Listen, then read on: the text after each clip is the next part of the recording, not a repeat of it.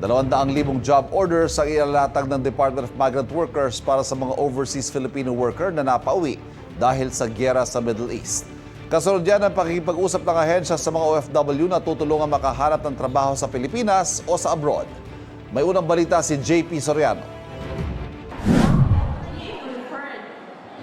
Mula sa Kuwait, ibiniyahe by land papuntang Saudi Arabia ang mahigit 150 na overseas Filipino workers o OFW para maisakay sa repatriation flight pabalik sa Pilipinas. Palagi may intercept, tapos may nakakalusot pa rin. Kasi everyday, sir. Agad silang kinausap ng OWA at Department of Migrant Workers para tulungang makahanap ng trabaho sa Pilipinas o sa ibang bansa. Ayon sa DMW, nasa mahigit 80% sa kanila ang nagsabing sa ibang bansa pa rin nila nais magtrabaho. Ina-analyze na namin yung skill sets ng mga nakauwi at nakahanap kami ng 200,000 job orders doon sa skill sets ng mga nakauwi. Asia, Europe, Africa, Americas. Skilled workers at caregivers ang in-demand na trabaho sa mga bansang maaaring paglipatan ng mga OFW na mga Pilipino ang nais kunin. Sakto naman ito kay Aisa na dating skilled worker sa Kuwait. Gustuhin man niyang maghanap ng trabaho sa Pilipinas, di raw ito sasapat para suportahan ang pamilya. Pangkain, walang extra. Pag maggastos ka, short ka na. Ayan. Kaya kailangan talaga ng work sa ibang bansa.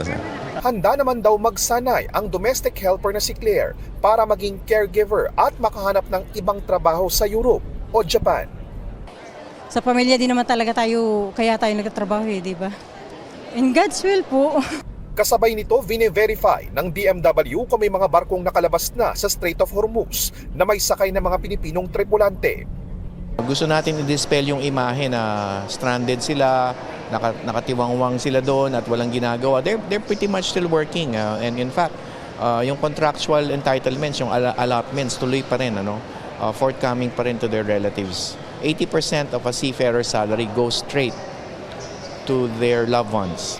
Tinututukan din ng DMW ang lagay ng 14,000 Pilipino sa Lebanon na hindi isinama ng Israel sa 2 linggong ceasefire ng Amerika at Iran. Sa ngayon, walang Pilipinong nadamay sa mga pag-atake ng Israel sa Hezbollah sa Lebanon. Sa kabuuan, naabot na sa mahigit 4,000 Pilipino ang napauwi dito sa Pilipinas simula na mag-umpisa ang krisis sa Middle East. Ito ang unang balita, JP Soriano para sa GMA News.